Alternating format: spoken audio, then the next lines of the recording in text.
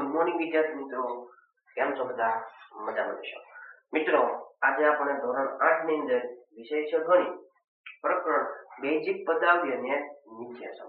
એમાં આપણે જોવાનો છે દાખલો સ્વાધ્યાય 8.3 નો પ્રશ્ન 4 નો પહેલો.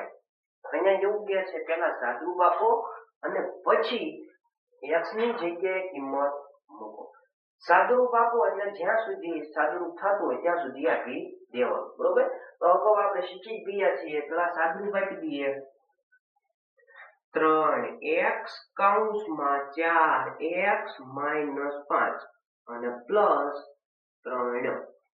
હવે આ જે 3x છે ને એ માત્ર કૌંસ સાથે સંબંધ ધરાવે. 3x છે એ માત્ર કૌંસ સાથેનો સંબંધ ધરાવે છે અને જે પ્લસ નિશાની છે એ બે પદ કેવા છે? અલગ અલગ. એટલે આખે આખું આ પદ અને આ પદ બંને અલગ અલગ છે. એટલે આ 3x નો ગુણાકાર તમે આની સાથે કરી નાખતા નહીં. પ્લસ નિશાની હોય, બાદબાકી નિશાની હોય તો બંને પદ કેવા થઈ જાય? અલગ અલગ થાય. હવે આ 3x છે એનો સૌપ્રથમ છે ને કૌંસ સાથે ગુણાકાર, તો એમાંય તે પાછો કોઈની સાથે? 4x સાથે, કે જે આપણે અગાઉ શીખી ગયા. 3x નો 4x સાથે ગુણાકાર કરવો હોય તો 3 × 12. સંખ્યાનો 3 × 12. હવે અહીંયા x નો ગુણાકાર, અહીંયા x ની ઘાત કેટલી છે? 1. અહીંયા ઘાત કેટલી? 1. તો અહીંયા 1, અહીંયા થઈ કેટલી? 2. x નો વર્ગ. કેવી રીતે? તો અહીંયા જુઓ, જો x × x હોય તો આને કેમ લખાય? તો x અહીંયા ઘાત કેટલી હોય? 1. અહીંયા ઘાત કેટલી હોય? 1. તો લખાય આમ 1 + 1 બરાબર x ની 2. આવી રીતે લખાય, બરોબર? હવે ત્યાર પછી કોની સાથે ગુણાકાર? હવે 5 સાથે.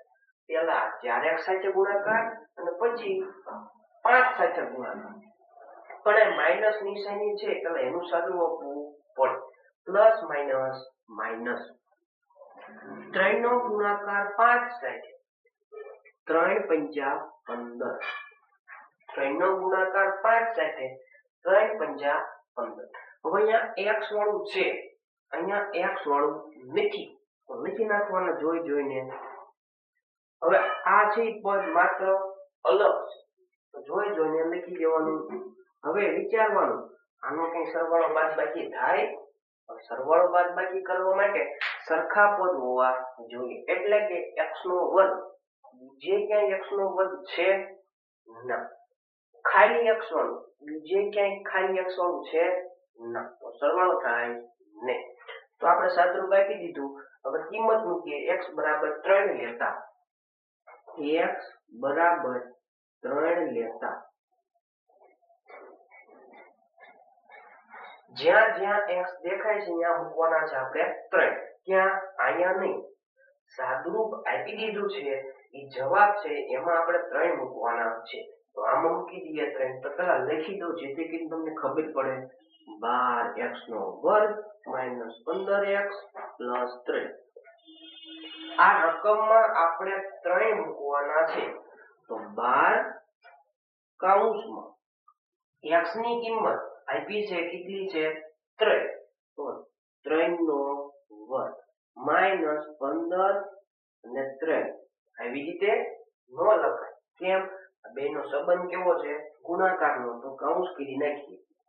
પ્લસ 3. હવે 12 ના 12 એમના. 3 નો વર્ગ, આને શું વચાય? 3 નો વર્ગ. ઘણા વિદ્યાર્થી શું કરે છે? 3 નો વર્ગ થઈ જાય 6. ના, એમ જવાબ આવે નહીં. તો 3 નો વર્ગ થાય 9. તો કૌંસમાં 9 - 15 કેરી 45 પ્લસ 3 ના 3. આપણે આ બેનું સાદુરૂપ આપી દઈએ જેથી કરીને દાખલો થોડો નાનો થતો જાય. 12 × 9 = 108. 12 × 9 = 108. હવે આનું સાદુરૂપ આપી દઈએ. Minus plus minus. એટલે અહીંયા બાદબાકી મૂકવાની નથી, મગજમાં બાદબાકી કરવાની. 45 માંથી 3 જાય 42, 45 માંથી 3 જાય તો 42. મોટી સંખ્યાની છે ને તેમજ મોટી સંખ્યા કઈ છે 45, 45 ની નિશાની માઇનસ. હવે 108 માંથી કેટલા બાદ કરવાના 42, 108 માઇનસ 42. 8 માંથી 2 જાય તો 6, આપણે ડાયરેક્ટ બાદ કરી દઈએ. 10 માંથી 4 જાય તો 6, 10 કો આપણે લેવો નથી, ડાયરેક્ટ બાદ બાકી કરીએ આપણે 66. ત્યાર પછી બીજું આમાંનામાં રોમન 2,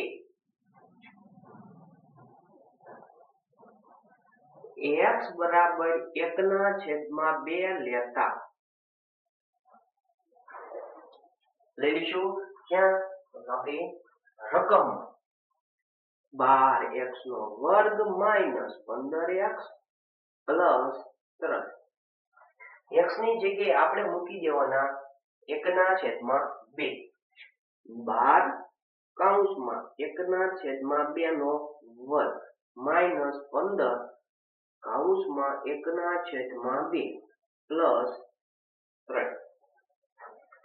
x દેખાય છે ત્યાં આપણે મૂકી દીધા 1/2, બાકી બધું એમ ના. હવે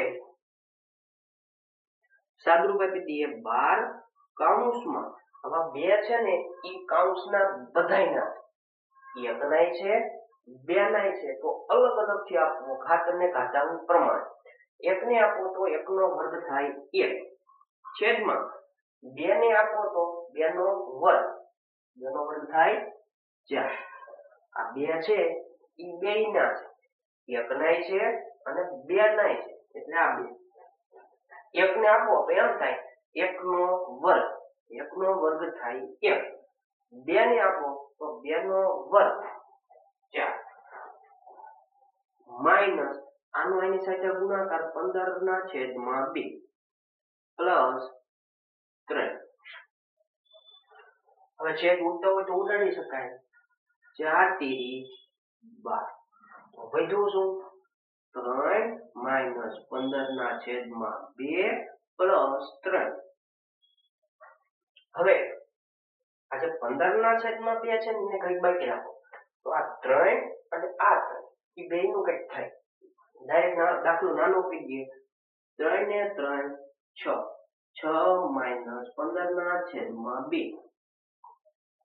હવે બંનેનો સરવાળો થાય નહીં, એના માટે આપણે લસા લેવો પડે, ચોકડી ગુણાકાર વાપરવો પડે. તો આપણે ચોકડી ગુણાકાર વાપરીએ.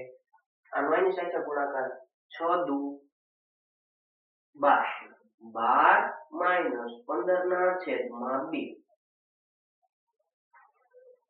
પ્લસ માઇનસ માઇનસ 15 માંથી 12 જાય 3/2. જવાબ આવી ગયો ના. મોટી સંખ્યાની નિશાની, મોટી સંખ્યા કઈ 15, 15 ની નિશાની માઇનસ. હવે આપણો જવાબ આવી ગયો.